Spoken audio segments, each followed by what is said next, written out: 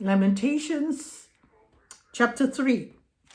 It identifies itself at the start of the book. I am the man that have seen affliction by the rod of his wrath. So I am the man. So who was it?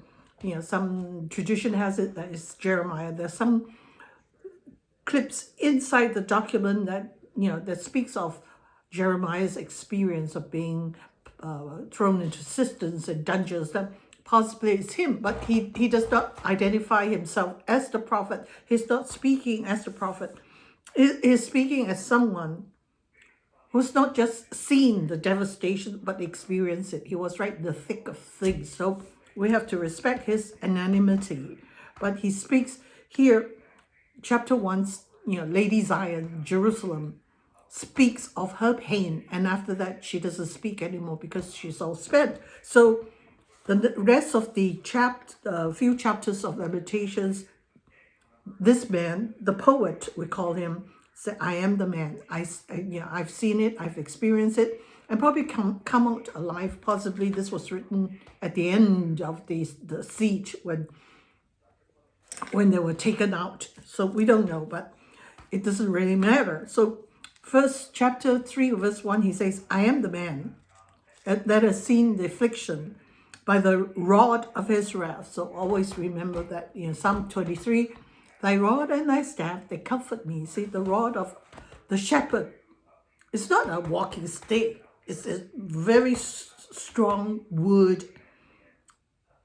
At the end of one tip is fortified, possibly with leather or metal or something like that. So it is it's not, like I said, a walking stick, but rather it's a weapon to keep the sheep from straying, to bring them back. And also to a weapon against wild animals, against lions and tigers and whatever else, wolves that comes against the sheep. So we always identify the rod, God's rod, as being that of a good shepherd, guiding and leading us and protecting us and killing anything that would come against to destroy us, to kill us. But here, this rod is used against us, well, against them, the covenant breakers in Jerusalem. Imagine that. The same rod of God that protects them is now being used against them, like they're wild beasts and animals. So it is devastating. When we read it, we just gloss over it, not understanding the depth. But once you drill down into the document, then you see that whatever God does for his people is all now used against his people. It's like you are now the enemy. You are now the wild beast. So even as some morning time is the best. I read it in the afternoon, and I get kind of sort of get it. But in the morning, when the brain is free, then you realize the impact of those words, and it drills down deeper in your core.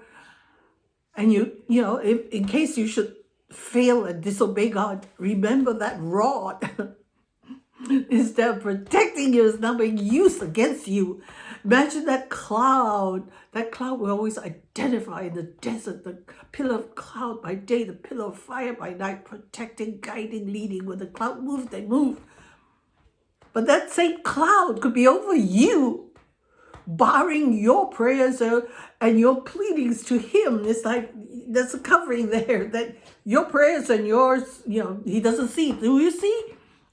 Do you see what's happening to us, what you are doing to us? No, there's a cloud. It's like there's a cloud. Your prayers are going up and bouncing back, kind of thing. Which is what is being, Lamentations. See, this is Lamentations. And once we read it and drill down on our core, then we know what we need to do to be obedient. Never let this happen at all in our lives. If it's the same God then, today, and forever, surely the consequence of covenant breaking is ever present. Make no mistake. So here, it continues to talk about the pain because Lady Zion is all spent out. It's like, I'm speechless. I'm not nothing to say anymore. So the poet, this man, takes over and speaks of, my flesh and my skin. He have made old, is broken my bones. He have builded against me and compassed me with gall and travail. They set me in dark places. It's like, he hath hedged me about that I cannot get out. He hath made my chain heavy. Also, when I cry out and shout, he shutteth out my prayer. Yeah. It's like, Lord, help me, help me. It's like your prayers are going up and bouncing back, up and bouncing back. No answer. He doesn't speak at all. And he hath included my ways with hewn stone. He hath made my paths crooked. Hewn stone. See, we don't understand stones and building and stuff like that. Usually God asks that the altar to him be built with rough hewn stones. That means rocks and stones that's not cut, fashioned. But rather, rough hewn, that means you collect the rock as is piled up. So in this way, it is natural. And in this case of rough hewn stone, if you're fenced in by that, you can just push it and go through. But no, his ways is being hewn, being locked in by hewn stones. That means the rock is specially cut to fit together so you can't push out. So that's how secure it is. This whatever they're going through, how secure God has made it.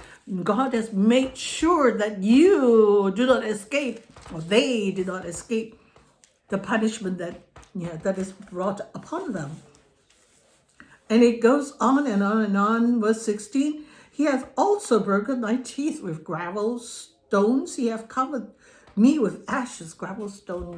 Maybe it's possible that there's nothing to eat. They ate dirt. So how do you get gravel in your mouth unless you're forced to eat dirt and you chew down on the gravel? That's another story. Okay, and then my strength and my hope is perished from the Lord, remembering mine affliction and my misery, the wormwood and the gall, the bitterness in there.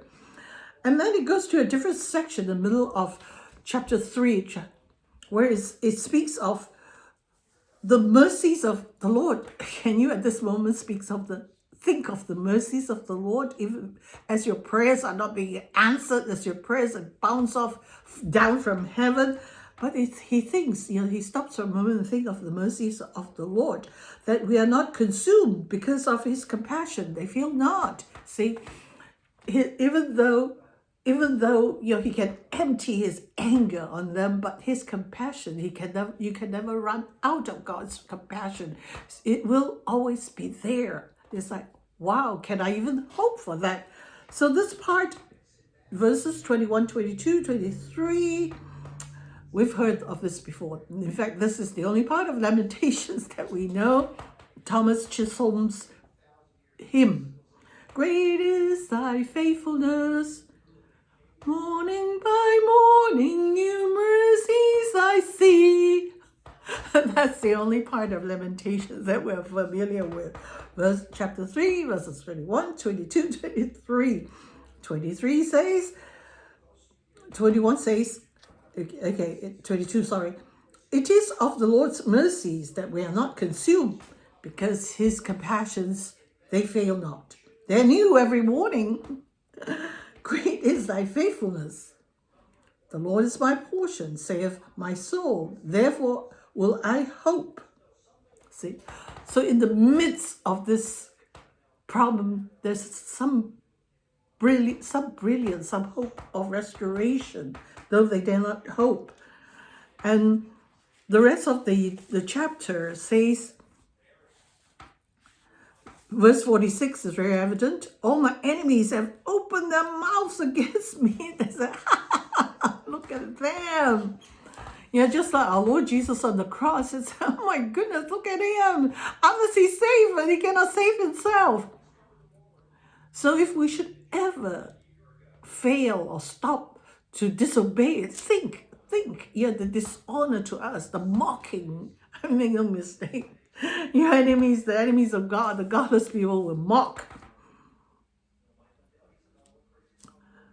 And it goes on, till the Lord looked down and behold from heaven, mine eye affecteth my heart because of all the daughters of my city, the women folk. Always remember the women folk. And it goes on to speak of the children too. In every chapter, he cannot let go of the image of children, of toddlers, of young people, children being starved to death.